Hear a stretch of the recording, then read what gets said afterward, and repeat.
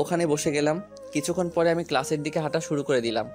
ক্লাসের ভিতরে ঢুকতেই সবাই আমার দিকে কেমনভাবে তাকিয়ে আছে। আমি গিয়ে আমার বন্ধু তুহিনের পাশে বসলাম। তুহিন আমাকে বলল, কিরে ঈশান, তোর নামে এসব কি শুনি আমি? তুই নাকি তোর চাচাতো বোন শিউলির সাথে খারাপ কিছু করার চেষ্টা করছিস? না দোস্ত, সবকিছুই মিথ্যা। শিউলি আমাকে ফাঁসানোর জন্য সবার কাছে মিথ্যা কথা বলেছে। কিন্তু কেন? এরপর আমি সবকিছুই তুহিনকে বললাম। এবার কি করবি তুই? শিউলি যে সবার কাছে বলছে এসব, এখন তো সবাই তোকে খারাপ ভাবছে। আমি বুঝতে পারছি না আমি কি করব। এমন সময় ক্লাসে স্যার চলে আসে। স্যারকে দেখে সবাই দাঁড়িয়ে যায়। আমিও দাঁড়িয়ে যাই। তারপর স্যার সবাইকে বসতে বলে। একটু পরে স্যারের চোখ আমার দিকে পড়তেই স্যার আমাকে দাঁড়াতে দাঁড়াতে বলল। আমিও দাঁড়িয়ে গেলাম। এবার স্যার বলল, ঈশান, তোমাকে আমি মনে করতাম তুমি খুব ভালো ছেলে, কিন্তু তুমি এমন কাজ করবে ভাবতে পারিনি। তোমার মতো ছেলেকে আমরা কিছুতেই কলেজে অ্যালাউ করতে পারি না, বলা যায় না। আবার কখন তুমি কার সাথে বাজে কাজ করার চেষ্টা করো, তুমি এক্ষুনি ক্লাস থেকে বেরিয়ে যাও।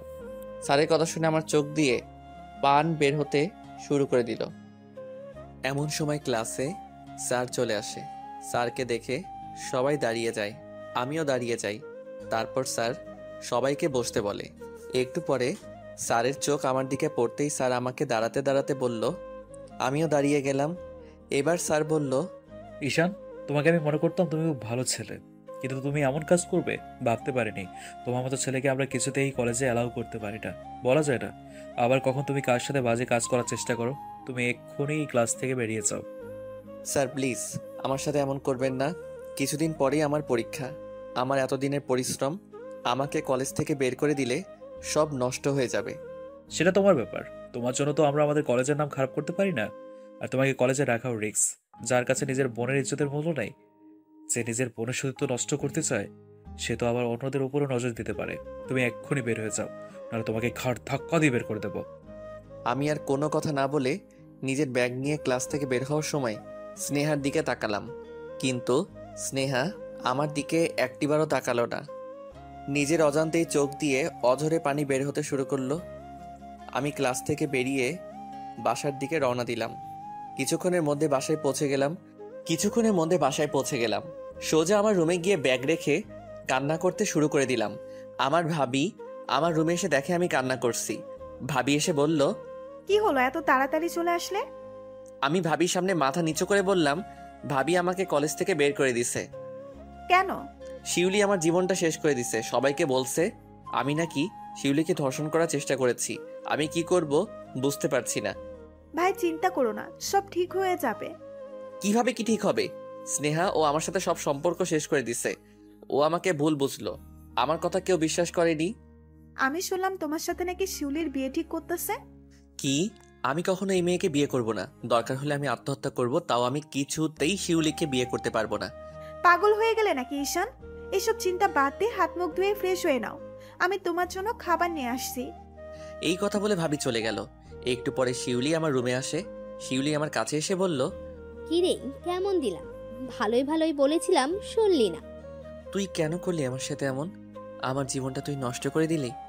আমি তো তোর কোনো ক্ষতি করিনি, তাহলে তুই কেন আমার এমন ক্ষতি করলি? তুই সেটা ভালো করেই জানিস। যাই হোক, এবার আমাদের বিয়ের জন্য রেডি হয়ে যা। এই কথা বলে শিউলি চলে গেল। দেখতে দেখতে রাত হয়ে গেল। আমি আমার রুমে বসে আছি।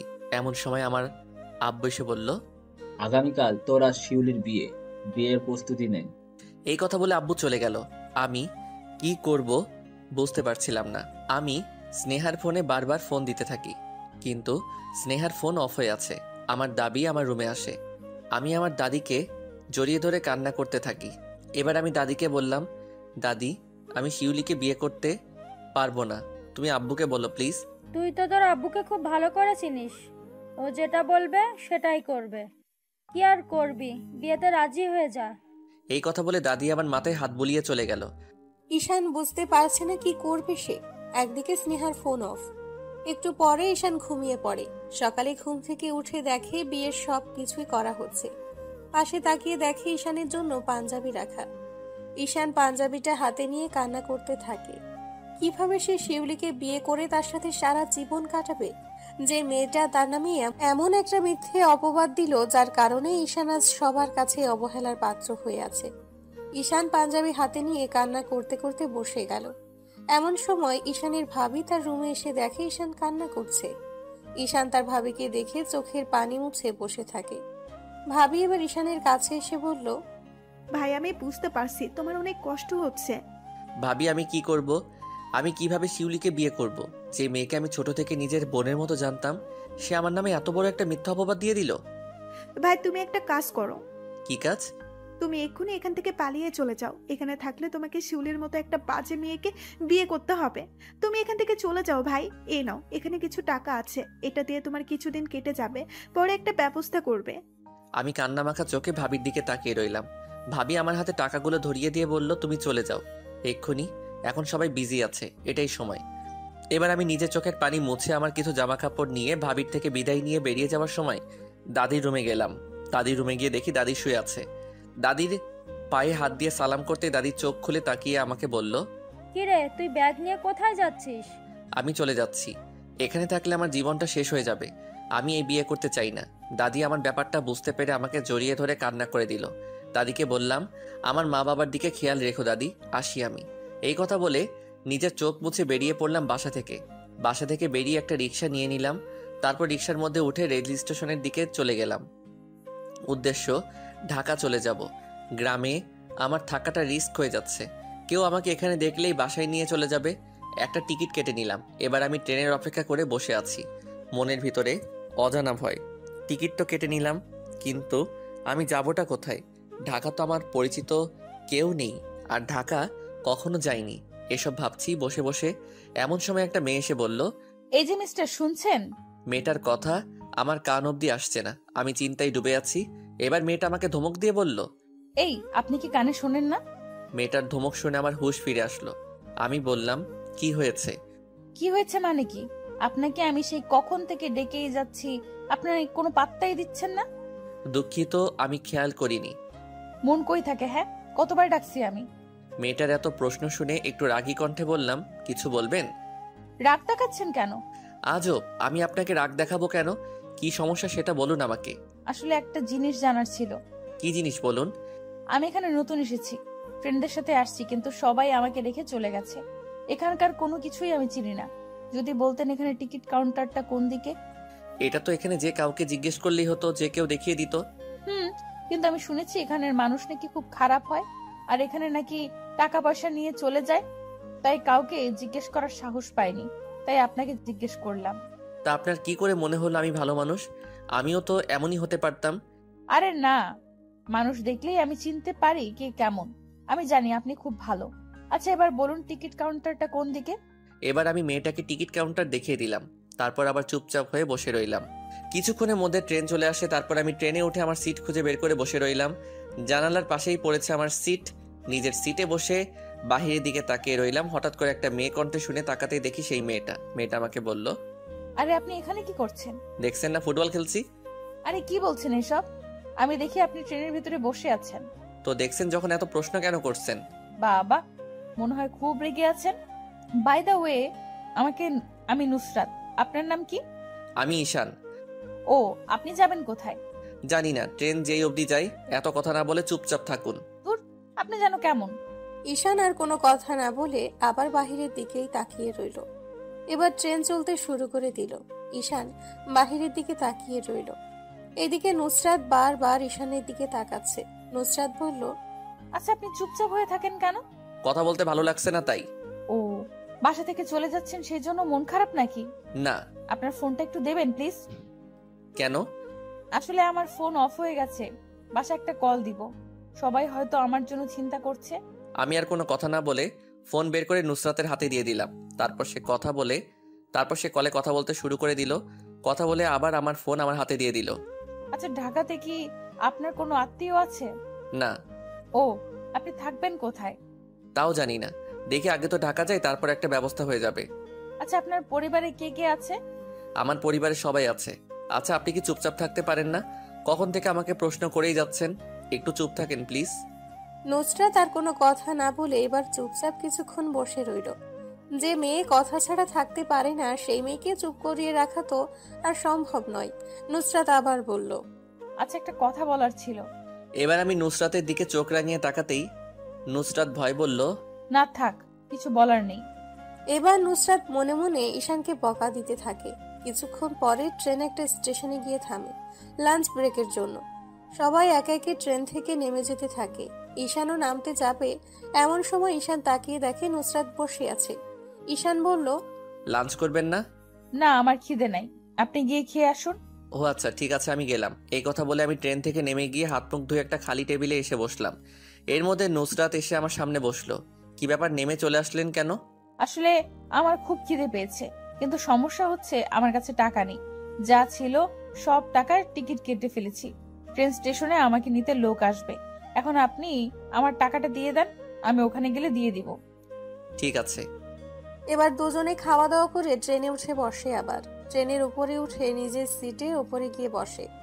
ট্রেনের মধ্যে উঠে ঈশান বাহিরের দিকে তাকিয়ে থাকে। নুসরাত এবার ঈশানকে বলল, চিন্তা করতে হবে না, আমি ট্রেন থেকে নেমেই আপনার টাকা দিয়ে দেব।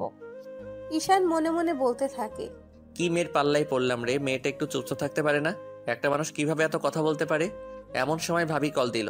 তাড়াতাড়ি করে ফোন রিসিভ করলাম। ভাবি বলল, ঈশান, ঢাকা পৌঁছে গেছো নাকি?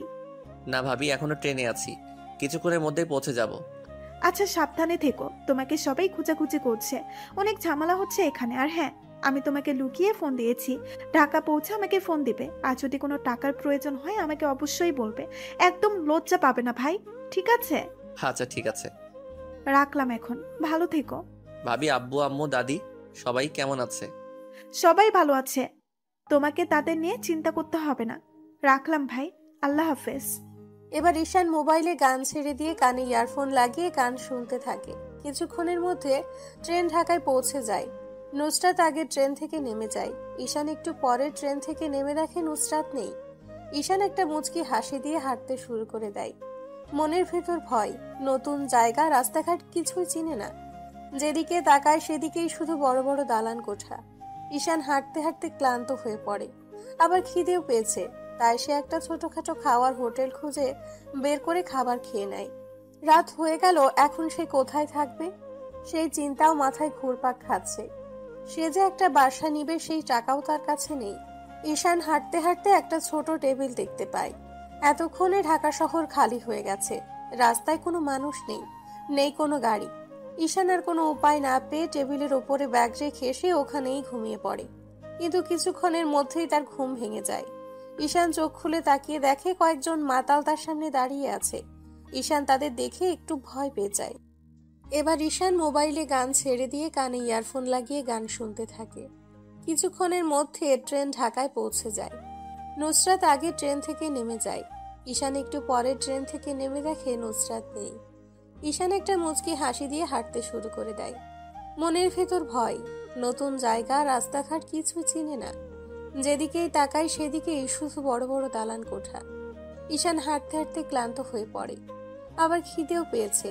তাই সে একটা ছোটখাটো খাওয়ার হোটেল খুঁজে বের করে খাবার খেয়ে নেয়। রাত হয়ে গেল, এখন সে কোথায় থাকবে সেই চিন্তাও মাথায় ঘুরপাক খাচ্ছে। সে যে একটা বাসা নিবে সেই টাকাও তার কাছে নেই।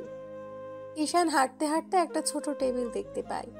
এতক্ষণে ঢাকা শহর খালি হয়ে গেছে, রাস্তায় কোনো মানুষ নেই, নেই কোনো গাড়ি। ঈশান আর কোনো উপায় না পেয়ে টেবিলের ওপরে ব্যাগ রেখে সেখানেই ঘুমিয়ে পড়ে। কিন্তু কিছুক্ষণের মধ্যেই তার ঘুম ভেঙে যায়। ঈশান চোখ খুলে তাকিয়ে দেখে কয়েকজন মাতাল তার সামনে দাঁড়িয়ে আছে। ঈশান তাদের দেখে একটু ভয় পেয়ে যায়। একজন মাতাল বলল, কিরে, তোর বাসা কোথায়? বাসায় না গিয়ে এখানে কি করিস? ঢাকা শহরে আমার কেউ নেই, আমি আজকে প্রথম ঢাকা আসছি, তেমন কিছুই চিনি না, কোনো বাসা না পেয়ে এখানেই ঘুমিয়ে আছি। একজন একজনের দিকে তাকিয়ে মুচকি মুচকি হাসতে থাকে। তারা মনে মনে ভাবছে একটা মুরগি পেয়ে গেলাম। একজন বলল, তোর ব্যাগের ভিতর কি আছে, বের কর। ভাই, আমার ব্যাগে জামা কাপড় ছাড়া আর কিছুই নেই। একজন একটা চাকু বের করে বলল, তোর কাছে কি কি আছে সব আমাদের দিয়ে দে। চাকু দেখে আমি একটু ভয় পেয়ে গেলাম। আমি তাদের কাছে হাত জোর করে কান্না মাখা গলায় বললাম, দেখুন, আমি এখানে নতুন, আর আমি বাসা থেকে পালিয়ে আসছি। তাদের মধ্যে একজন সবাইকে থামিয়ে দিয়ে বলল, তুই পালিয়ে আসলে কেন? বাসায় কি কোনো সমস্যা হয়েছে? এবার আমি সব ঘটনা তাদেরকে খুলে বললাম। একজন আমার কথা শুনে চোখের পানি পড়তে শুরু করে। সে আমাকে বলল, তোমার মতো আমিও পরিবারে অবহেলা পেয়ে আজ বাড়ি ছাড়া হয়েছি। তোমার কষ্ট আমি বুঝতে পারছি। রাতের খাবার খেয়েছো? জি ভাই। শোনো, এখানে কোনো সমস্যা হলে আমাকে জানাবে, ঠিক আছে? আর এই নাও, এখানে কিছু টাকা আছে, তোমার কাজে লাগবে। আমি আসি। আমার হাতে কিছু টাকা দিয়ে চলে গেল। আমি আবার ওখানেই ঘুমিয়ে পড়ি। গাড়ির শব্দ শুনে আমার ঘুমটা ভেঙে যায়। চোখ খুলে দেখি সকাল হয়ে গেছে, কিন্তু আমার ব্যাগটা আর নেই। আশেপাশে আমার ব্যাগ খুঁজতে থাকি, কিন্তু ব্যাগ খুঁজে পাচ্ছি না। আমার আর বুঝতে বাকি রইল না যে কেউ নিয়ে গেছে আমার ব্যাগ। এবার হাঁটতে শুরু করে দিলাম। এখন আমার কাছে গায়ের জামা কাপড় ছাড়া আর কিছুই নেই। একটা দোকানে গিয়ে নাস্তা করলাম। নাস্তা শেষ করে আবার হাঁটতে শুরু করে দিলাম অজানা পথের উদ্দেশ্যে। একটু সামনে যেতেই দেখি একটা বাচ্চা ছেলে ফুটবল নিয়ে খেলা করছে রাস্তার মধ্যে। হঠাৎ করে দেখি একটা গাড়ি খুব দ্রুত গতিতে ছুটে আসছে। আমি বাচ্চাকে কয়েকটা ডাক দিলাম, কিন্তু সে খেলা করেই যাচ্ছে। আমি আর কোনো চিন্তা না করে এক দৌড় দিলাম। গাড়িটাও বাচ্চাটার খুব কাছে চলে আসে। আমি তাড়াতাড়ি করে বাচ্চাটাকে রাস্তার সাইডে নিয়ে যেতেই আমি ধাক্কা খেলাম একটা পিলারের সাথে।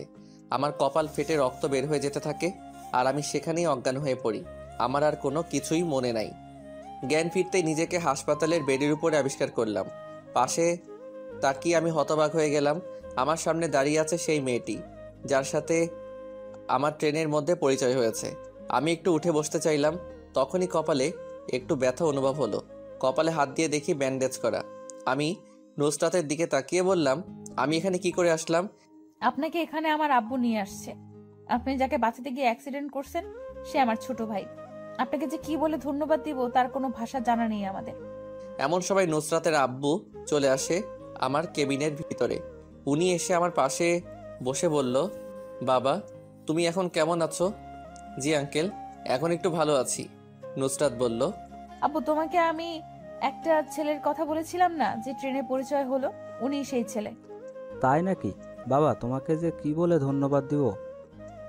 আঙ্কেল ধন্যবাদ দেওয়ার কিছু নাই, এখানে অন্য কেউ হলেও এইভাবেই এগিয়ে আসতাম। আঙ্কেল একটা কথা বলার ছিল। কি কথা বাবা? আঙ্কেল আমার ফোনটা পাচ্ছি না, ওটা কি আপনাদের কাছে? না তো বাবা, তোমাকে অজ্ঞান অবস্থায় দেখে আমি তোমাকে তাড়াতাড়ি করে হাসপাতালে নিয়ে আসছি। হয়তো ফোন কোথাও পড়ে গেছে। আচ্ছা তোমার নাম্বারটা দাও, আমি দেখি কল যায় কিনা। এবার আমি নাম্বার দিয়ে দিলাম। আঙ্কেল ফোন দিয়ে দেখে নাম্বার ওয়াপ। বুঝতে বাকি রইল না যে মোবাইলটা কেউ নিয়ে গেছে। মন খারাপ করে বসে রইলাম আমি। আঙ্কেল বলল, বাবা চিন্তা করো না, আমি তোমাকে একটা নতুন ফোন আর সিম কিনে দিব। আঙ্কেল আমার সিমটা দরকার ছিল, ওখানে সবার নাম্বার ছিল। এখন আমি বাড়ির সবার খোঁজ কিভাবে নেব? বাবা বুঝতে পারছি আমি। আচ্ছা তুমি যাবে কোথায়? ঢাকা? তুমি কার কাছে আসছো? আমি মাথা নিচু করে বসে রইলাম। আঙ্কেল আবার বলল, কি হলো বাবা? আঙ্কেল এখানে আমার কেউ নেই, আমি এখানে নতুন এসেছি। আমার একটা সমস্যা হয়েছে, আর কাল রাতে আমার ব্যাগ নিয়ে চলে গেছে। ও আচ্ছা, তা বাসায় কি সমস্যা হয়েছে বলা যাবে? আসলে আঙ্কেল আমাকে মিথ্যা অপবাদ দিয়েছে। আমার পরিবারের অবহেলা সহ্য করতে না পেরে আমি বাসা থেকে বের হয়ে গেলাম। এবার আঙ্কেল আর নুসরাতকে সবকিছু খুলে বললাম। আমার কথা শুনে নুসরাত আর তার বাবার চোখে পানি চলে আসলো।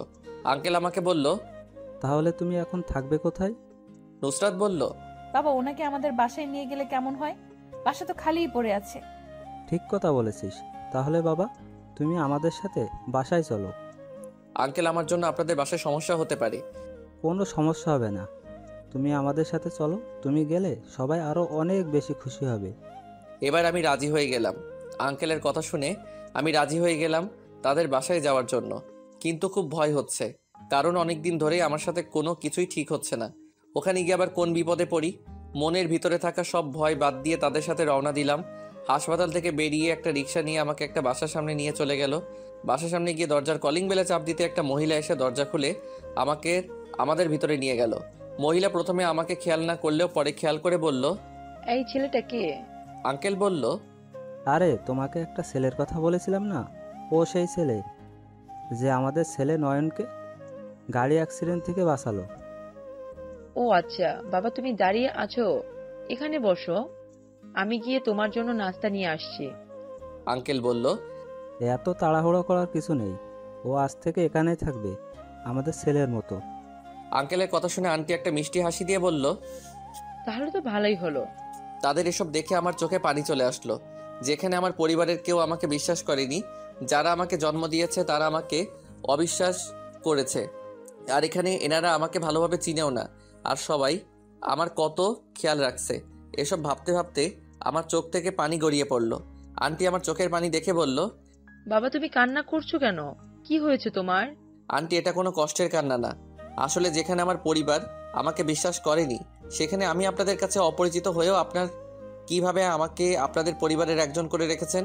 কান্না করো না বাবা, তুমি যাও হাত মুখ ধুয়ে আসো, আমি তোমাদের জন্য খাবার নিয়ে আসছি। আঙ্কেল নুসরাতকে বলল, মা যা, ঈশানকে তার রুম দেখিয়ে দে। ঠিক আছে আব্বু। এবার নুসরাত আমাকে নিয়ে একটা রুমে চলে গেল। মেয়েটা এখনো সেই বকবক শুরু করে দিল। নুসরাত আমাকে বলল, আচ্ছা আমাদের বাসা কি আপনার পছন্দ হয়েছে? আমি একটা মুচকি হাসি দিয়ে বললাম, আপনাদের বাসাটা খুব সুন্দর আর খুব গোছালো। সব আমার হাতে, এই বাড়ির সব কাজ আমিই করি। ও তার মানে এই বাড়ির কাজের মেয়ে আপনি? এই কথা বলেই আমি অন্যদিকে ফিরে হাসতে শুরু করলাম। একটু পরে নুসরাতের দিকে তাকাতেই দেখি মেয়েটা রেগে লাল হয়ে গেছে, রাগে ফসফস করে ফুলছে। আমি আর দাঁড়িয়ে না থেকে ওয়াশরুমের ভিতরে চলে গেলাম। ভয় বের হচ্ছিলাম না। একটু পরে দরজাটা একটু সরিয়ে দেখলাম মেয়েটা আছে কিনা। আমাকে চোরের মতো উকি মারতে দেখে নুসরাত খিলখিল করে হাসতে শুরু করলো। মেয়েটার হাসি শুনে এবার একটু ভয় কমে গেল। নুসরাত আমার দিকে এগিয়ে এসে বলল, আমাদের বাসার মেহমান, তাই কিছু বললাম না, খেতে আসুন। এবার চুপচাপ করে নুসরাতের সাথে খেতে চলে গেলাম। সবাই একসাথে খেতে বসলো। নয়ন আমাকে বলল, ভাইয়া আমি রাতে আপনার সাথে ঘুমাবো, ঠিক আছে? আমি মুচকি হাসি দিয়ে বললাম, ঠিক আছে। এবার সবাই আমার দিকে খাবার এগিয়ে দিতে থাকে। হুট করে আমার মায়ের কথা মনে পড়ে গেল। তখনই চোখ থেকে পানি বের হতে শুরু করলো। আন্টি বলল, বাবা কি হয়েছে তোমার আবার? আসলে আন্টি আমার মায়ের কথা খুব মনে পড়ছে। এমন সময় আমার আম্মু আমাকে নিজে খাইয়ে দিতেন। এই ব্যাপার, আসো আমি তোমাকে খাইয়ে দিচ্ছি। এবার আন্টি আমাকে তার নিজের হাতে খাইয়ে দিতে থাকে। আমাকে খাইয়ে দিতে দেখে নুসরাত বলল, এখন তো আমরা পর হয়ে গেছি, তাই না আম্মু? সবাই খিলখিল করে হেসে দিল। তারপর খাওয়া দাওয়া শেষ করে আমি আমার রুমে চলে গেলাম। রুমে গিয়ে খাটের উপরে বসতেই নয়ন আর নুসরাত চলে আসলো। নয়ন এসে আমার পাশে বসলো। নুসরাত বলল, আনার ভাই কিন্তু আপনাকে অনেক জ্বালাতে পারে, সাবধানে থাকবেন। আর কোনো সমস্যা হলে আমাকে ডাকবেন, আমি পাশের রুমে আছি। আপু তুই মানে মিথ্যে কথা কেন বলিস? আমি কাউকে জ্বালাই না, তুই যা, এখন আমরা ঘুমাবো। নয়নের কথা শুনে নুসরাত নয়নের দিকে তাকিয়ে চোখ দিয়ে কিছু একটা ইশারা করলো। নুসরাত বলল, আচ্ছা ঠিক আছে, অনেক রাত হয়েছে, ঘুমিয়ে পড়ুন। এই কথা বলে নুসরাত চলে গেল। আমি আর নয়ন শুয়ে আছি। নয়ন বলল, ভাইয়া তোমার বাসায় কে কে আছে? নয়নকে সব বললাম আমার বাসায় কে কে আছে। আমার শরীরটা একটু খারাপ লাগছে, তাই নয়নকে বললাম ঘুমিয়ে পড়তে। আমিও ঘুমিয়ে পড়লাম।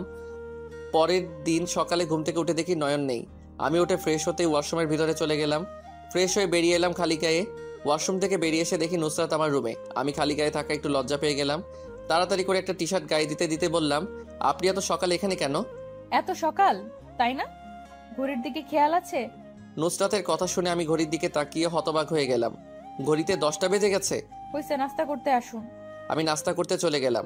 নাস্তা খেয়ে নিজের রুমে বসে রইলাম। একটু পরে নুসরাত আমার রুমে আসলো। নুসরাত আমার রুমে এসে বলল, আপনার সাথে গল্প করতে আসলাম। কি গল্প করবেন? আচ্ছা আপনি কি কখনো কাউকে ভালোবেসেছেন? আপনার লাভ স্টোরিটা শোনাবেন প্লিজ। আমার আর লাভ স্টোরি? একটা মেয়ের সাথে আমার 3 বছরের রিলেশন ছিল। আমার চাচাতো বোনের কথা বিশ্বাস করে আমার সাথে সব সম্পর্ক শেষ করে দিল।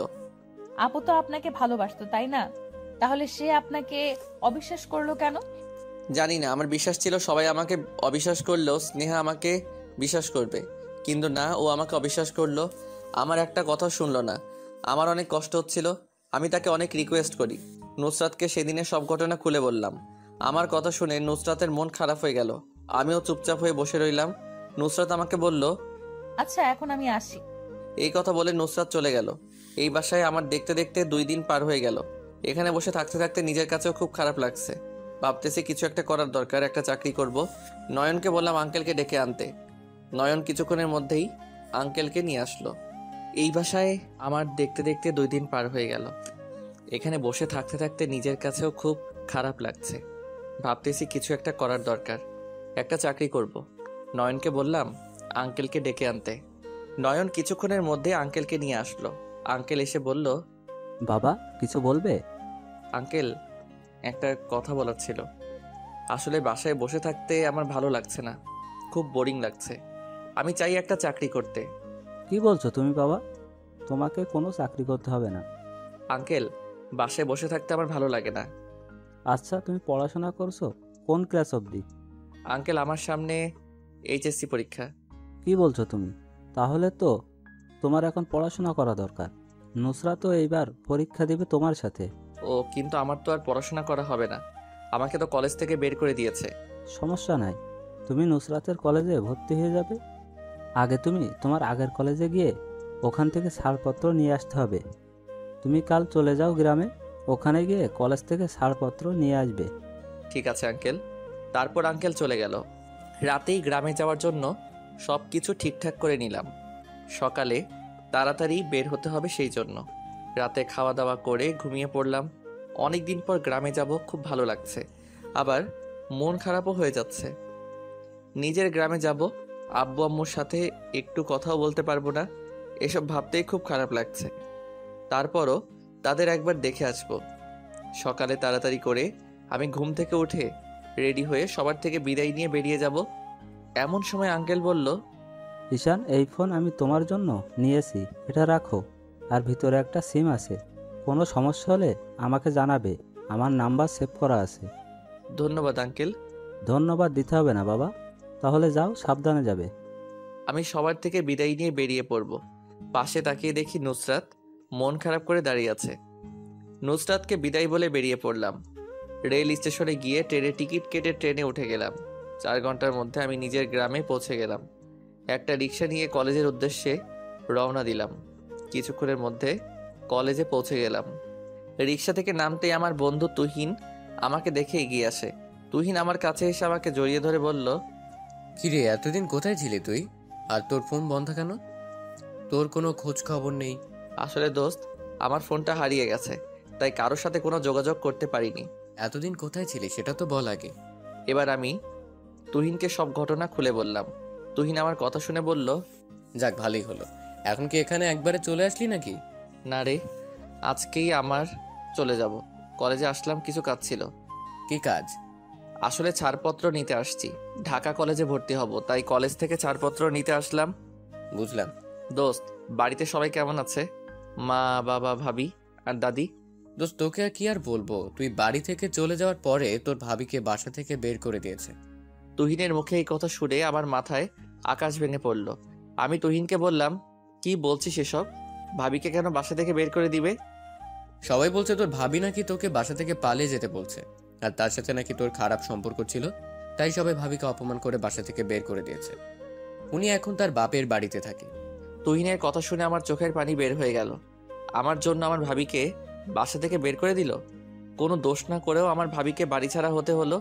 ভাবির জন্য খুব খারাপ লাগছে। তুহিন বলল, কি আর করার আছে বল, কান্না করে কি করবি? তোর বাসায় যাবি নাকি?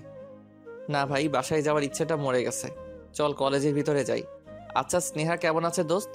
স্নেহা তো ভালো আছে, সবসময় হাসি খুশি ভাবে থাকে, মনে হয় তোকে ভুলেই গেছে।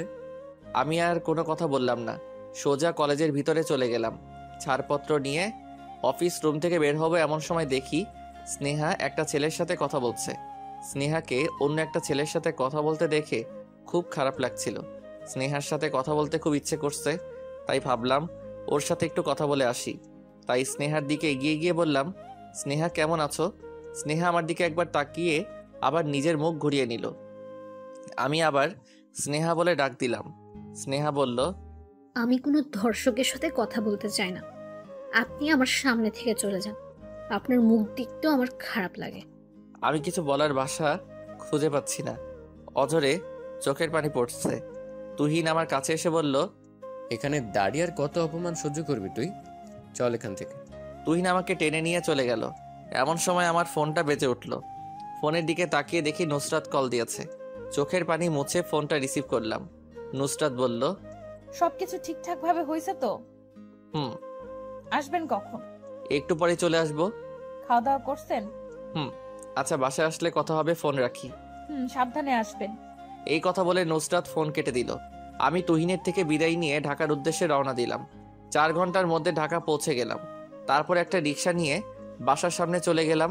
বাসার সামনে গিয়ে দরজার কলিং বেলে চাপ দিতেই আন্টি এসে দরজা খুলে দিল। বাবা, ওখানে সব ঠিকঠাক আছে তো? আন্টি, আমার শরীরটা খুব ক্লান্ত হয়ে আছে, আমার একটু রেস্ট করা দরকার। আচ্ছা বাবা, যাও, তুমি রেস্ট নাও। তারপর আমি রুমে গিয়ে ঘুমিয়ে পড়লাম। রাতের খাবার খাওয়ার জন্য নুসরাত আমাকে ডাকতে আসলো। উঠুন এবার, খাবার তো খেতে হবে নাকি? আমার খেতে ইচ্ছে করছে না, আপনারা খেয়ে নিন। সবাই আপনার অপেক্ষা করে বসে আছে, আসুন।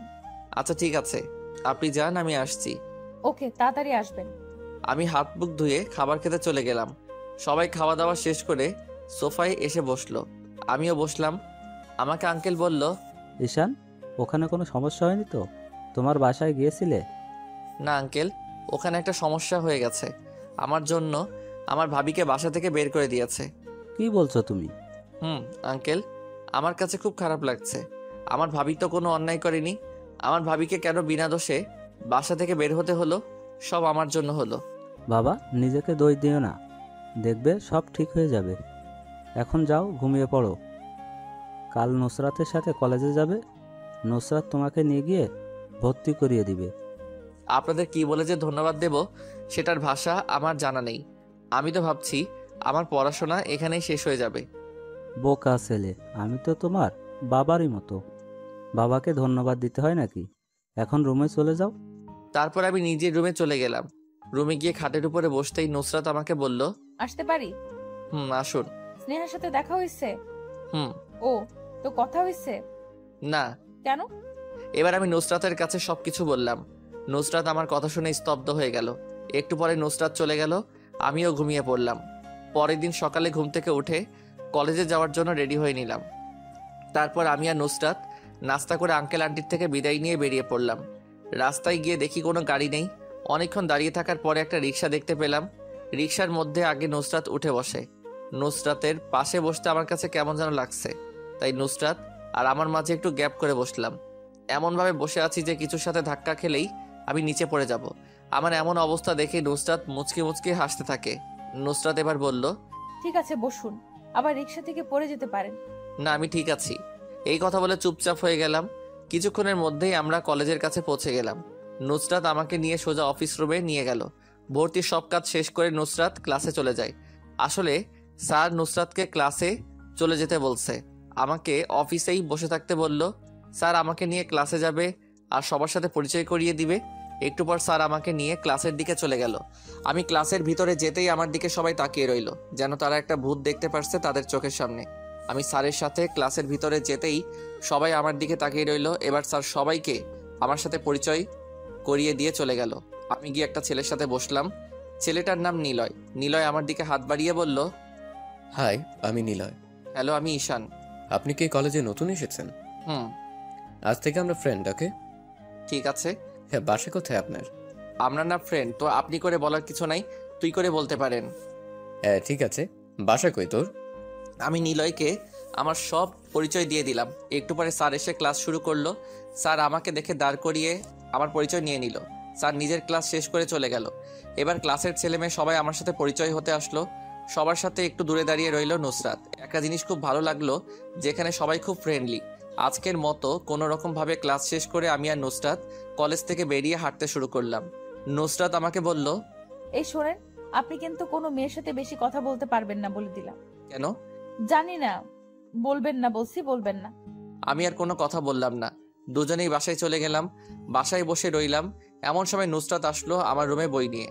নুসরাত এসে বলল, আমরা একসাথে পড়াশোনা করব। ঠিক আছে, বসেন এখানে। এই শোনেন, আপনি আমাকে আর আপনি আপনি করে বলবেন না কিন্তু। ঠিক আছে, আপনিও বলবেন না। ওকে। এবার আমরা দুজনেই পড়তে শুরু করে দিলাম। নুসরাতের পড়াশোনা দেখে আমি অবাক হলাম। ও পড়াশোনায় খুব একটা ভালো না, বারবার আমাকে প্রশ্ন করে। আমি ওকে অনেক কিছুই বুঝিয়ে দিলাম। পড়াশোনা শেষ করে খেতে চলে গেলাম। খাবার টেবিলে গিয়ে বসতে আঙ্কেল বলল, ঈশান, কলেজ পছন্দ হয়েছে? জি আঙ্কেল। তো আজকে কেমন লাগছে কলেজ? খুব ভালো লেগেছে। আজকে প্রথম দিনে অনেকের সাথে পরিচয় হলো। আমি ভাবছিলাম এখানকার ছেলে মেয়েগুলো অন্যরকম হবে, কিন্তু দেখি সবাই খুব ফ্রেন্ডলি। ভালো হলেই ভালো। আঙ্কেল, আমি যে একটা চাকরির কথা বলেছিলাম সেটা? চাকরি করতে হবে কেন তোমার? কোনো চাকরি করতে হবে না তোমাকে। তুমি শুধু মন দিয়ে পড়াশোনা করো। আঙ্কেল, আমার একটা চাকরি দরকার। আমার জন্য আপনারা আর কত করবেন? আমার নিজের কাছেও খুব খারাপ লাগে। আমাকে একটা চাকরির ব্যবস্থা করে দিলে হবে। এতই যখন চাকরি করতে চাও, তাহলে তুমি কাল থেকে আমার অফিসে যাবে। সকালে যেহেতু কলেজ আছে, দুপুরের পরে তুমি অফিসে যাবে। ধন্যবাদ আঙ্কেল। কিন্তু বাবা, তুমি এত চাপ নিতে পারবে? কয়েক মাস পরেই তো তোমার পরীক্ষা। সমস্যা নেই আঙ্কেল, আমার কোনো সমস্যা হবে না। আমি ম্যানেজ করে নিতে পারবো। আচ্ছা ঠিক আছে। খাওয়া দাওয়া শেষ করে রাতে ঘুমিয়ে পড়লাম। সকালে ঘুম থেকে উঠে কলেজে যাওয়ার জন্য রেডি হয়ে বসে রইলাম। নুসরাত একটু পরে আমার রুমে আসে। আমি আর নুসরাত বেরিয়ে পড়লাম। আজকে বাসে করেই কলেজে চলে গেলাম। আজকে একটু তাড়াতাড়ি কলেজে পৌঁছে গেলাম। নুসরাত বলল, ক্লাস শুরু হতে এখনো অনেক সময় বাকি, চলো আমরা একটু ঘুরে আসি। খাওয়া দাওয়া শেষ করে রাতে ঘুমিয়ে পড়লাম। সকালে ঘুম থেকে উঠে কলেজে যাওয়ার জন্য রেডি হয়ে বসে রইলাম। নুসরাত একটু পরে আমার রুমে আসে। আমি আর নুসরাত বেরিয়ে পড়লাম। আজকে বাসে করেই কলেজে চলে গেলাম। আজকে একটু তাড়াতাড়ি কলেজে পৌঁছে গেলাম। নুসরাত বলল, ক্লাস শুরু হতে এখনো অনেক সময় বাকি, চলো আমরা একটু ঘুরে আসি। আমিও রাজি হয়ে গেলাম। দুজনে অনেকক্ষণ হাঁটাহাঁটি করলাম। নুসরাত আমাকে বলল, আচ্ছা তোমার কি কালার পছন্দ? আমার নীল আর কালো পছন্দ। আর তোমার? এখন থেকে এটাই আমারও পছন্দ। মানে? কিছু না। আচ্ছা, ক্লাসের সময় হয়ে এসেছে, চলো, আবার লেট হয়ে যাবে। ঠিক আছে। তারপর আমি আর নুসরাত একসাথে কলেজে চলে গেলাম। ক্লাসে গিয়ে দেখি নিলয় আমার জন্য তার পাশে জায়গায় রেখে দিয়েছে। আমি গিয়ে বসে পড়লাম। নিলয় আমাকে বলল, দোস্ত, নুসরাত কি তোর গার্লফ্রেন্ড নাকি? আরে না, নুসরাত আমার ফ্রেশ শুধুই। ও আচ্ছা, দেখিস আবার ফ্রেন্ড থেকে যেন অন্য কিছু না হয়ে যায়। কি যে বলিস, ওই রকম কোনো কিছুই হবে না। কলেজে যতই যাচ্ছি ততই মানুষের সাথে পরিচয় বাড়ছে। এখানে কলেজে আমার অনেক ফ্রেন্ড হয়ে গেছে। নুসরাত এখন আর আগের মতো আমার সাথে কথাও বলে না। কলেজে আসে চুপচাপ থাকে, বাসায়ও তেমন কথা হয় না। কেন হঠাৎ করে মেয়েটা এত চুপচাপ হয়ে গেল বুঝতে পারছি না। হঠাৎ করে নুসরাতের চুপচাপ হয়ে যাওয়ার বিষয়টা কেন জানি আমার কাছে খুব খারাপ লাগছে। যেই মেয়ে সারাক্ষণ আমার সাথে বকবক করতো, সে এখন আমার সাথে কথাও বলে না। ক্লাসে গিয়ে নিলয়কে বললাম, দোস্ত, নুসরাত দেখি চুপচাপ হয়ে গেছে। কিছুই বুঝলাম না। তুই তো বোকা, কি বুঝবি? তোর কথাও আমি ঠিক বুঝলাম না। নুসরাত তোকে ভালোবাসে। তুই কি দেখিস না, তুই যখন মেয়েদের সাথে আড্ডা দিস নুসরাত তোর দিকে কিভাবে তাকিয়ে থাকে? আরে দূর, এসব না, বাদ দে তো। আমি নিজেই নুসরাতের সাথে কথা বলবো। যেই ভাবা সেই কাজ। নুসরাতের পুরো কলেজে খুঁজতে শুরু করলাম। একটু পরেই নুসরাতকে দেখলাম একা একা মন মরা হয়ে দাঁড়িয়ে আছে। আমি নুসরাতের কাছে গিয়ে বললাম, নুসরাত, তোমার সাথে আমার কিছু কথা ছিল। কি কথা? তুমি হঠাৎ করে এমন চুপচাপ হয়ে গেলে কেন? কি হয়েছে তোমার? কই কিছু না তো। সত্যি করে বলো, কি হয়েছে তোমার? তুমি তো এমন ছিলে না আগে। যেই মেয়ে সারাক্ষণ বকবক করতো, সে এখন চুপচাপ হয়ে গেল কিভাবে? তোমার জন্য তো ভালো হলো, কেউ এখন আর তোমাকে বিরক্ত করছে না, সবার সাথে সময় কাটাতে পারছো। মানে? কিছু না। আর কিছু বলবে? তোমার এসব কথার মানে আমি ঠিক বুঝলাম না নুসরাত। মানেটা আমাকে ক্লিয়ার করো। তুমি কি বোঝো না অন্য কোনো মেয়ের সাথে কথা বললে আমার খারাপ লাগে? তুমি কি বোঝো না তোমাকে অন্য কোনো মেয়ের সাথে দেখলে আমার সহ্য হয় না? তুমি কি বোঝো না আমি তোমাকে ভালোবাসি? নুসরাতের মুখে ভালোবাসার কথাটা শুনে আমার মাথায় আকাশ ভেঙে পড়ল। আমি স্তব্ধ হয়ে গেলাম। মুখ দিয়ে আর কোনো কথা বলতে পারছিলাম না। আমি আর কোনো কথা না বলে কলেজ থেকে সোজা বাসায় চলে গেলাম। বাসায় গিয়ে ভাবলাম, এখান থেকে আমার চলে যাওয়াটা বেটার হবে। যারা আমাকে এখানে থাকতে দিল তাদের সাথে আমি কি করে বেইমানি করতে পারি? তারা যদি এসব জানে তারা তো আমাকে অনেক খারাপ ভাববে। আমি চাই না কারোর বিশ্বাস ভেঙে দিতে। নুসরাতকে আমারও ভালো লাগে, কিন্তু আমি চাই না আমার জন্য নুসরাতের বাবা মা কোনো কষ্ট পাক। আমি একটা চিঠি লিখে বাসা থেকে বের হয়ে চলে গেলাম, কাউকে কিছু না বলে। যেইভাবে খালি হাতে এই বাড়িতে আসছি, যেইভাবে খালি হাতে বের হয়ে গেলাম, শুধু মোবাইলটা রাখলাম। আমি আর ঢাকা থাকতে চাই না। আমি এই শহর ছেড়েই চলে যাব। তার জন্য আমি চলে গেলাম রেল স্টেশনে।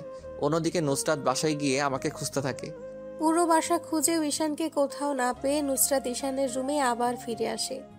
এসেই দেখে খাটের উপরে একটা চিঠি। নুসরাত দেরি না করে চিঠিটা পড়তে শুরু করে দেয়।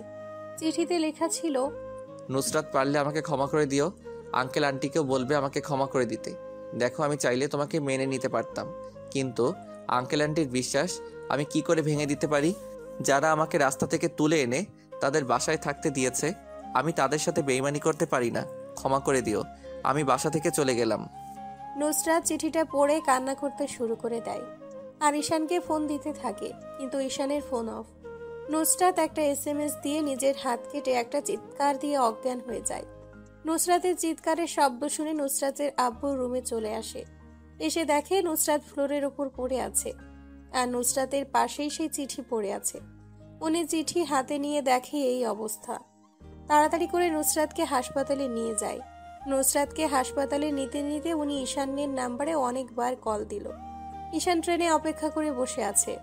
এবার ঈশান পকেট থেকে ফোন বের করে আর ফোন চালু করে দেখে অনেকগুলো কল, একটা SMS ও এসেছে। SMS সিন করে দেখে নুসরাত একটা SMS দিয়েছে। এবার আমি এসএমএসটা পড়তে শুরু করে দিলাম। এসএমএসটা ছিল, ঈশান, আমি তোমাকে ছাড়া বাঁচতে পারবো না। তুমি ভালো থেকো, আমি চলে যাচ্ছি তোমার থেকে অনেক দূরে। আমি এসএমএসটা দেখে আর নিজের চোখের পানি আটকে রাখতে পারলাম না। হঠাৎ করে আমার ফোনটা বেজে উঠল। ফোনের দিকে তাকিয়ে দেখি আঙ্কেল কল দিয়েছে। আমি ফোন রিসিভ করতেই আঙ্কেল বলল, বাবা ঈশান, তুমি কোথায়? নুসরাতের অবস্থা ভালো না, ওকে হাসপাতালে নিয়ে আসছি, তুমি তাড়াতাড়ি আসো। আঙ্কেল, কি হয়েছে নুসরাতের? ও নিজের হাত কেটে ফেলেছে, এখন আমরা ওকে নিয়ে হাসপাতালে আসছি। আমি তোমাকে ঠিকানা দিয়ে দিচ্ছি, তুমি চলে আসো। আমি ফোন রেখে আঙ্কেলে দেওয়ার ঠিকানা অনুযায়ী হাসপাতালের সামনে চলে গেলাম। হাসপাতালের সামনে যেতেই আমার বুকের ভিতরটা কাঁপতে শুরু করে দিল। খুব ভয় লাগছে। আমি হাসপাতালের ভিতরে যেতেই দেখলাম আঙ্কেল আর আন্টি দাঁড়িয়ে আছে। আমি তাড়াতাড়ি করে আঙ্কেলের কাছে গিয়ে বললাম, আঙ্কেল, নুসরাতের কি হয়েছে? আমার প্রশ্নের কোনো উত্তর না দিয়ে আঙ্কেল ঠাস করে আমার গালে একটা থাপ্পড় বসিয়ে দিল। আমি হতবাক হয়ে আঙ্কেলের দিকে তাকিয়ে রইলাম। আঙ্কেল আমাকে বলল, সব কিছুই তোমার জন্য হয়েছে। আমার মেয়ের যদি আজ কিছু হয়ে যেত, নিজেকে খুব মহান ভাবো, তাই না?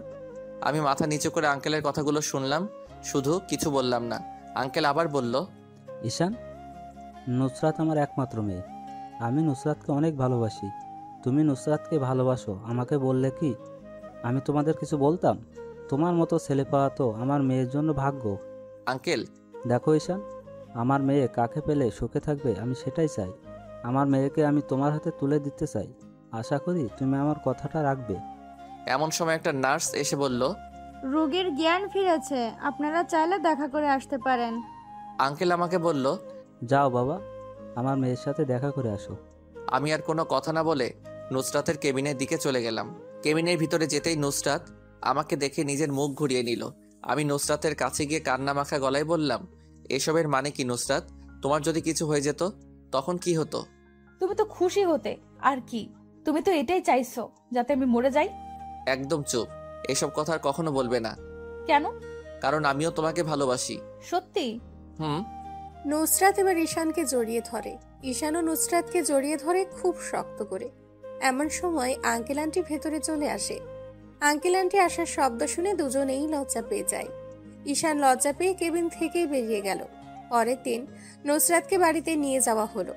নুসরাত আর ঈশানকে একসাথে বসিয়ে রেখে আঙ্কেল বলল, বাবা ঈশান, তোমাকে একটা কথা বলার ছিল। কি কথা আঙ্কেল? আমি তোমার আর নুসরাতের বিয়েটা দিয়ে দিতে চাইছি। আমি চাই তোমরা বিয়ে করে সংসার জীবন শুরু করো। আঙ্কেল, আর কয়েক মাস পরে আমাদের পরীক্ষা, এখন বিয়ে করা কি ঠিক হবে? এতে আমাদের পড়াশোনার ক্ষতি হবে। ঠিক আছে, তাহলে তোমাদের পরীক্ষার পরেই তোমাদের বিয়ে হবে। আমি নুসরাতের দিকে তাকাতেই নুসরাত একটা মুচকি হাসি দিল। আমি রুমে চলে গেলাম। কিছুক্ষণ পরে নুসরাত আমার রুমে চলে আসে। তুমি এই সময় এখানে? আসতে মানা নাকি? এই রুমে তো কিছুদিন পরে আমিও থাকবো। থাকবে সেটা কিছুদিন পরে, এখন না। এখন নিজের রুমে গিয়ে ঘুমিয়ে পড়ো। না, একটা দাও। কি দেব? বুঝে না, কিস দাও। এবার আমি নুসরাতের কপালে একটা চুমু দিলাম। দেখতে দেখতে আমাদের পরীক্ষা চলে আসলো। খুব ভালোভাবে পরীক্ষা দিলাম দুজনেই। পরীক্ষার রেজাল্টও খুব ভালো হয়েছে আমাদের। আঙ্কেল আমার কাছে এসে বলল, ঈশান, এবার তোমাদের বিয়েটা দিয়ে দিতে চাই। আপনি যেটা ভালো বোঝেন। তুমি কি তোমার পরিবারকে জানাবে? আঙ্কেল, এখন আমার পরিবার বলতে শুধু আপনারাই আছেন। আমার অন্য কোনো পরিবার নেই। তো আর কাউকে জানানোর প্রয়োজন মনে করি না। যে পরিবার আমাকে অবিশ্বাস করে বাড়িঘর ছাড়তে বাধ্য করছে, তারা আমার কিসের পরিবার? ঠিক আছে বাবা, তাহলে আগামীকাল বিয়ের কাজ শুরু করি। ঠিক আছে আঙ্কেল। পরের দিন কোনো ঝামেলা ছাড়াই আমার আর নুসরাতের বিয়েটা হয়ে যায়। তেমন বড় করে অনুষ্ঠান করা হয়নি, না হলে আমার সকল পাঠক পাঠিকাদের ইনভাইট করতাম। যাই হোক, বিয়ের সব কাজ সম্পন্ন হয়ে গেল।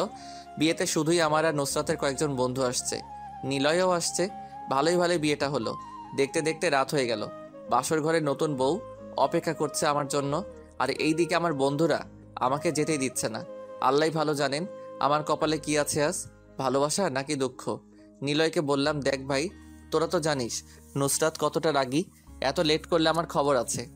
বুঝতে পারছি, বউ পেয়ে এখন বন্ধুদের ভুলে গেলি? আরে ধর, কি বলিস? আসলে রাত তো অনেক হচ্ছে। ঠিক আছে, চল তোকে দিয়ে আসি। এবার ওরা আমার সাথে আমার বাসর ঘরের সামনে গিয়ে দাঁড়িয়ে গেল। দরজার মধ্যে হালকা ধাক্কা দিতেই দরজা খুলে গেল। আমার বন্ধুরা এক ধাক্কা দিয়ে আমাকে বাসর ঘরের ভিতরে ঢুকিয়ে দিয়ে বাহিরে দরজা বন্ধ করে দিল। আমিও ভিতর থেকে দরজা লক লাগিয়ে দিলাম, কারণ এইগুলোর উপরে আমার কোনো বিশ্বাস নেই। খাটের সামনে দাঁড়িয়ে রইলাম। শুনেছি বাসর ঘরে নাকি বউ এসে বরকে সালাম করে। এখন দেখি আমার বউ এখনো খাটের উপরে বসে আছে। আমি খাটের কাছে গিয়ে বললাম, এই তুমি আমাকে সালাম করলে না কেন? নুসরাত নিজে নিজে তার ঘোমটা সরিয়ে আমার পাঞ্জাবির কলার ধরে বলল, তুই এতক্ষণ কোথায় ছিলি?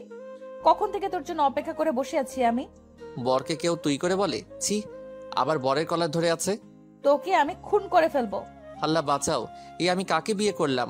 বাসরাতে হাজবেন্ডকে মারতে চাই। এবার নুসরাত রুমে লাইট অফ করে দিল। লাইট অফ করার পরে বুঝলাম কি কোন মারার কথা বলছে। বিলাই মারা। বাসরাত কি আর বলবো, দুজনেই মেতেছিলাম ভালোবাসায়, হারিয়ে গিয়েছিলাম ভালোবাসার অন্য এক দুনিয়ায়। কিছুক্ষণ পরে নুসরাত আমার বুকে মাথা রেখে ঘুমিয়ে পড়ে, আমিও ঘুমিয়ে যাই। সকালে ঘুম থেকে উঠে দেখি নুসরাত নেই। চোখে অনেক ঘুম, তাই আবার ঘুমিয়ে পড়লাম। একটু পরে কারো ডাকে ঘুমটা ভেঙে গেল। তাকিয়ে দেখি নুসরাত। আর কত ঘুমাবে তুমি?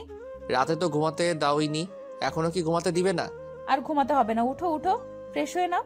নুসরাতের হাত ধরে একটানে নিজের কাছে নিয়ে আসলাম। নুসরাতের কপালে একটা চুমু দিয়ে বললাম, দুজনে একসাথে আবার গোসল করব। কি বুঝো নাই? শয়তান। এই কথা বলে নুসরাত আমার থেকে নিজেকে ছাড়িয়ে রুম থেকে বাহিরে চলে গেল। আমিও উঠে ফ্রেশ হয়ে নিলাম, খাবার খাওয়ার জন্য চলে গেলাম। খাবার শুরু করব এমন সময় আঙ্কেল বলল, থুক্কু, উনি তো এখন আমার শ্বশুর। শ্বশুর যে আঙ্কেল বললে পাবলিক কি বলবে? ঈশান, আমার বয়স হয়েছে, আমি চাই এবার আমার অফিসটা তুমি সামলাও। আমি কি পারবো একা এত বড় অফিস সামলাতে? তুমিই পারবে আমার অফিস সামলাতে। ঠিক আছে। এখন অফিসে জয়েন করতে হবে না, কিছুদিন যাক, তারপর অফিসে জয়েন হবে। ঠিক আছে আঙ্কেল। নুসরাত রাগীভাবে তাকিয়ে বলল, ওটা তোমার আঙ্কেল না, শ্বশুর হবে। আর শ্বশুরকে আব্বু বলবে, ঠিক আছে? আচ্ছা ঠিক আছে। খুব ভালোভাবেই কেটে গেল আমাদের কিছুদিন। নুসরাতের সাথে অনেক ঘোরাঘুরি করলাম। আমি অফিসের কাজে জয়েন করলাম। আব্বু আমাকে সবার সাথে পরিচয় করিয়ে দিলেন অফিসের বস হিসেবে। দেখতে দেখতে কয়েকটা মাস কেটে গেল। হঠাৎ করে আমার বন্ধু নিলয় আমাকে ফোন করে বলল সে আমাদের বাসায় এসেছে। তো আমি অফিসের কাজ শেষ করে বাসায় চলে গেলাম। বাসায় গিয়ে দেখি নিলয় আর তার পুরো পরিবার আমার বাসায় এসে বসে আছে। আমি সবাইকে দেখে একটু অবাক হলাম। নিলয় আর তার পুরো পরিবারকে আমার বাসায় দেখে আমি একটু অবাক হয়ে গেলাম। এবার আমি তাদের সামনে যেতেই নিলয়ের আম্মু বলল, বাবা আমি তোমার কাছে আসছি। জি আন্টি, বুঝতে পারছি, কিন্তু আপনি কেন এত কষ্ট করে আসতে গেলেন? আমাকে বললেই তো আমি নিজেই চলে যেতাম আপনাদের বাসায়। আসলে বাবা আমি তোমাকে দাওয়াত করতে আসছি। কিসের দাওয়াত? নিলয়ের বিয়ে ঠিক করেছে, আগামী শুক্রবার নিলয়ের বিয়ের দিন তারিখ ঠিক করেছে, তোমাদের সবার দাওয়াত। এটার জন্য বাসায় না এসে ফোনে বললেই হতো। আর সব থেকে বড় কথা হলো নিলয় তো আমাকে কিছুই বলল না। নিলয়কে না জানিয়ে বিয়ে ঠিক করে ফেলেছে। বিয়ের সবকিছু ঠিকঠাক করেই ওকে বললাম। তা বিয়ে কোথায় ঠিক করলেন আন্টি? গোপালগঞ্জ। গোপালগঞ্জের নাম শুনে বুকের ভিতরটা কেমন যেন কেঁপে উঠল, কারণ গোপালগঞ্জ আমার গ্রামের বাড়ি। আমি চুপচাপ হয়ে গেলাম। আর গোপালগঞ্জ তো আর ছোট কোনো এলাকা না, আমি কেন এসব নিয়ে ভাবছি? আন্টি বলল, কি হলো বাবা, কথা বলছো না কেন তুমি? কিছু না আন্টি। আচ্ছা ঠিক আছে, বসেন, খাবার খেয়ে একবারে যাবেন। না বাবা, আমাদের আরো কিছু কাজ আছে, কেনাকাটাও বাকি আছে এখনো। অন্য একদিন এসে থাকবো তোমাদের বাসায়। ঠিক আছে আন্টি। আন্টি আমাদের দাওয়াত দিয়ে চলে গেলেন। তারপর আমিও আবার অফিসের কাজ বাসায় করতে শুরু করলাম। দেখতে দেখতে বিয়ের দিন চলে আসলো। বিয়েতে বরের সাথে আমাদের সবাইকে যেতে বলছে।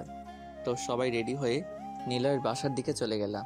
আমরা যাওয়ার কিছুক্ষণ পরেই সবাই কনের বাড়ি যাওয়ার জন্য রেডি হয়ে যায়। কিছুক্ষণের মধ্যেই গাড়ি ছেড়ে দেয়। রাস্তা যতই এগোচ্ছে ততই আমার কাছে কেমন যেন লাগছে। কতদিন পরে নিজের গ্রামে যাচ্ছি, কিন্তু পরিবারের কারোর সাথেই দেখা হবে না। আমি চাই তাদের সাথে যেন আমার আর কোনো দেখা না হোক। 4 ঘন্টা পরে আমরা গোপালগঞ্জ পৌঁছে গেলাম। গাড়ি এবার যতই যাচ্ছে মনে হচ্ছে গাড়ি আমার বাড়ির দিকে যাচ্ছে। সেই পরিচিত রাস্তা, পরিচিত গাছপালা। কিছুক্ষণ পরে দেখি গাড়ি আমার বাসার সামনে গিয়ে দাঁড়ালো। তখন আমার বুকের ভিতর কেঁপে উঠল। তাহলে শেষে আমি আমার বাড়িতে চলে আসলাম। কিন্তু এই বাড়িতে মেয়ে তো শিউলি ছাড়া আর কেউ নাই। তাহলে কি নিলয়ের বিয়ে শিউলির সাথে হচ্ছে? আমি ভিতরে গেলে তো সবাই সব কিছুই জেনে যাবে, হয়তো বিয়েটাও ভেঙে যাবে। আমি চাই না আমার জন্য আর কারোর কোনো ক্ষতি হোক। এমনি আমার জন্য সবাই একবার অনেক কষ্ট পেয়েছে। আমি আর চাই না আমার জন্য আর কারো কোনো ক্ষতি হোক। আমি গাড়ির ভিতরে বসে রইলাম। সবাই গাড়ি থেকে নেমে গেল। আমি গাড়ি থেকে নামছি না দেখে নুসরাত আমাকে বলল, কি হলো, গাড়ি থেকে নামছো না কেন? আর তখন থেকে দেখছি তুমি যেন কিছু একটা নিয়ে চিন্তিত। কি হয়েছে তোমার, বলবে একটু? তোমাকে এমন দেখাচ্ছে কেন? কিছু হয়নি, তুমি যাও, আমি আসছি। আমার কিছু কাজ আছে, কাজ শেষ করেই চলে আসছি। এখন আবার কি কাজ তোমার? তুমি যাও প্লিজ, আমি আসছি একটু পরেই। ঠিক আছে, তাড়াতাড়ি আসবে। এই কথা বলে নুসরাত চলে গেল। এবার নিলয় চলে আসলো। নিলয় এসে বলল, কিরে, তুই এখনো গাড়িতে বসে আছিস কেন? আমি একটু পরে আসছি, তোরা যা। না, তোকে ছাড়া আমি ভেতরে যাচ্ছি না। তুই আমার সাথে ভেতরে যেতে হবে। তোকে ছাড়া আমি এক পাও সামনে যাব না।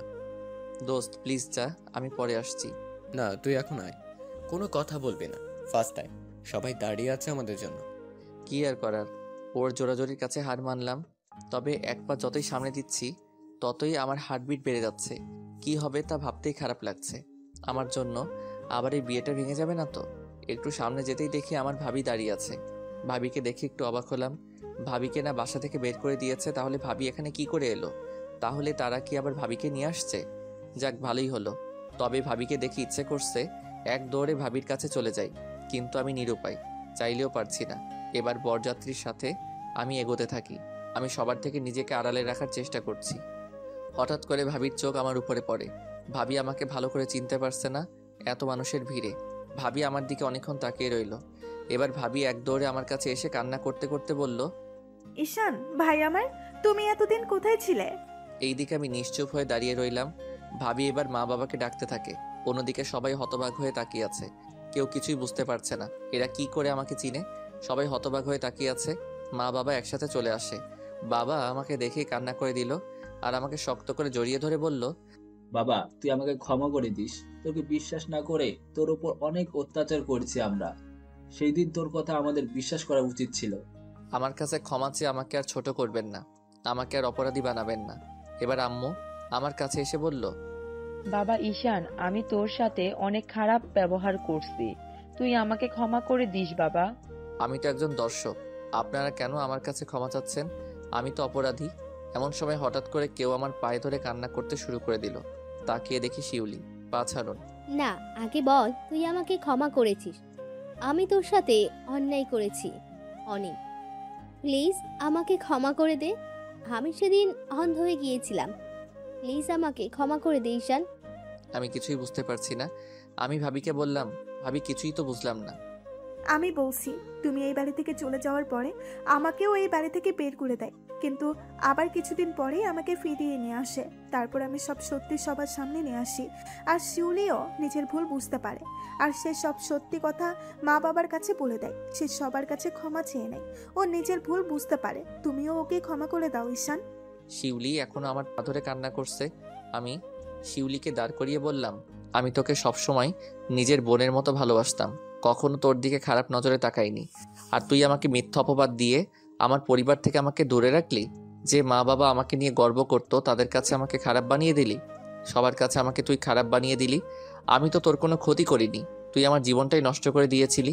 পুরো কলেজে আমার নামে মিথ্যা বলে সবার কাছে আমাকে খারাপ বানিয়েছিস।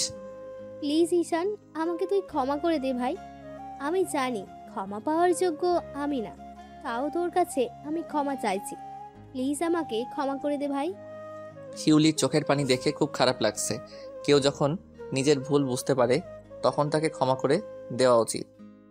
আমি এবার শিউলির চোখের পানি মুছে দিয়ে বললাম, ঠিক আছে, তোকে আমি ক্ষমা করে দিলাম। এবার শিউলি আমাকে জড়িয়ে ধরে কান্না করতে থাকে। আমি শিউলির মাথায় হাত বুলিয়ে দিয়ে বললাম, পাগলি, এইভাবে আর কান্না করতে হবে না। এবার আমার বাবা আমার কাছে এসে বলল, বাবা তোকে আমি কত জায়গায় খুঁজেছি কিন্তু কোথাও খুঁজে পাইনি। বাবা তোকে আর আমরা হারাতে চাই না, তুই এবার থেকে আমাদের কাছেই থাকবি। সরি বাবা, সেটা সম্ভব না। তোমাদের উপরে আমার আর কোনো রাগ অভিমান নেই, কিন্তু এখানে থাকা আমার পক্ষে সম্ভব না। কারণ তোমরা যখন আমাকে অবহেলা করছিলে, তোমাদের অবহেলার শিকার হয়ে যখন আমি বাড়ি ছেড়ে চলে যাই, তখন আমি নতুন একটা পরিবার পাই, যেখানে আমি তোমাদের নিজের ছেলে হওয়ার পরেও আমার কথা বিশ্বাস করলে না। সেখানে একটা পরিবার আমাকে চিনে না, জানে না, তারা আমাকে তাদের পরিবারের একজন করে নিতেছে। একটা দিন তো আমার খোঁজ নাওনি, কেমন আছে ছেলেটা, এসব বলছি আর আমার চোখ দিয়ে পানি পড়ছে। তখন আমার কাঁধের উপরে হাত রাখলো নুসরাতের বাবা। আমি তাকে দেখিয়ে আমার বাবাকে বললাম, দেখো এই মানুষটাকে, উনি আমাকে কখনো দেখেওনি, কিন্তু তিনি শুধুই আমার কথা শুনে আমাকে বিশ্বাস করে তাদের বাসায় থাকতে দিয়েছে, পড়াশোনা করিয়েছে, বাবার মতো স্নেহ করছে, কখনো কোনো কিছুর জন্য আমাকে নিষেধ করেনি। সব থেকে আসল কথা কি জানো বাবা, উনি ওনার সব থেকে মূল্যবান সম্পদ ওনার মেয়েকে আমার হাতে তুলে দিয়েছে। আমি এবার নুসরাতকে সবার সামনে নিয়ে আসলাম। নুসরাতের সাথে আমার মা বাবার পরিচয় করিয়ে দিলাম। নুসরাত এবার সবাইকে সালাম করলো। এবার আমার কাকা কাকি আমার দিকে এগিয়ে এসে বলল, না তোমাদের কোনো দোষ আমি দেই না, আমার কাছে ক্ষমা চেয়ে আমাকে আর ছোট করবেন না। কিন্তু আমার এটাই বেশি খারাপ লাগছে যে তোমাদের সামনে আমি ছোট থেকে এত বড় হলাম, তোমরা আমাকে চিনতে পারলে না। আমার শুধুই এই একটাই কষ্ট। আমার এসব কথা শুনে সবার চোখে পানি। এবার আমি সামনের দিকে তাকাতেই দেখি স্নেহা দাঁড়িয়ে আছে। স্নেহাকে দেখে অনেক খারাপ লাগছে।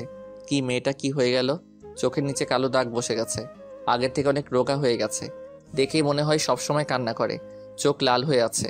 স্নেহা কিছুক্ষণ আমার দিকে তাকিয়ে থেকে এবার ধীরে ধীরে আমার কাছে আসতে থাকে। আমার কাছে এসে আমার পায়ে ধরে কান্না করতে শুরু করে। কেন জানি স্নেহার কান্না আমি সহ্য করতে পারছি না। স্নেহা আমাকে বলল, ঈশান, আমি তোমাকে এতদিনও চিনতে পারিনি। তোমাকে আমি অনেক কষ্ট দিয়েছি, তোমার গায়ে হাত তুলেছি, তোমাকে অবিশ্বাস করেছি, তোমার কথা শুনতে চাইনি। ঈশান, যেদিন আমি আসল ঘটনা জানতে পারি তখন ইচ্ছে করছিল নিজের গলায় দড়ি বেঁধে মরে যেতে, কিন্তু আমি সেটাও পারিনি। শুধুই বেঁচে আছি তোমার কাছে ক্ষমা চাইবো বলে। একটা মানুষকে আমি কতটা কষ্ট দিলাম।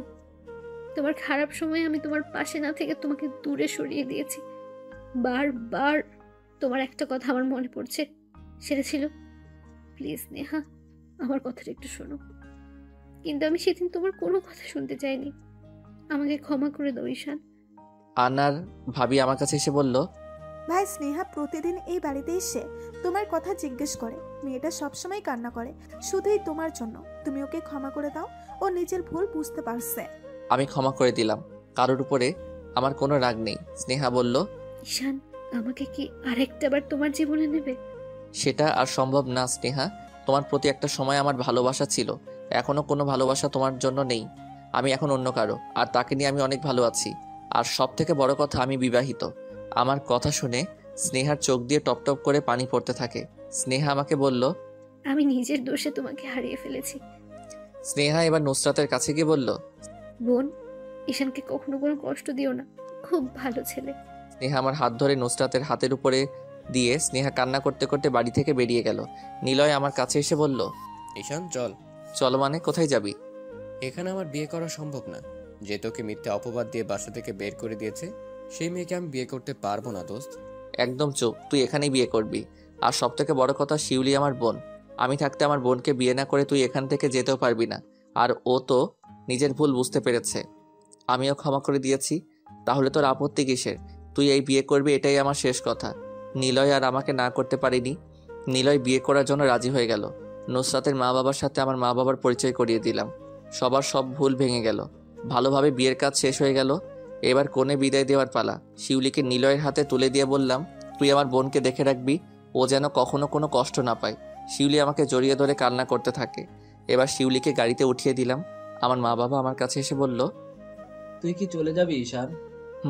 এখানে তো আমি অতিথি হয়ে এসেছি, আমাকে তো চলে যেতেই হবে। বাবা, তোকে পেয়ে আমরা আবার হারিয়ে ফেললাম। আমি তো অনেক আগেই হারিয়ে গেছি, তখন তো আমার খোঁজ নাওনি। যাই হোক, ভালো থেকো তোমরা। বাবা, তুই কি এখনো আমাদের উপরে রেগে আছিস? আমার আর কোনো রাগ কারোর উপরে নেই। আসি, আল্লাহ হাফেজ। ভাবির থেকে বিদায় নিয়ে চলে আসলাম।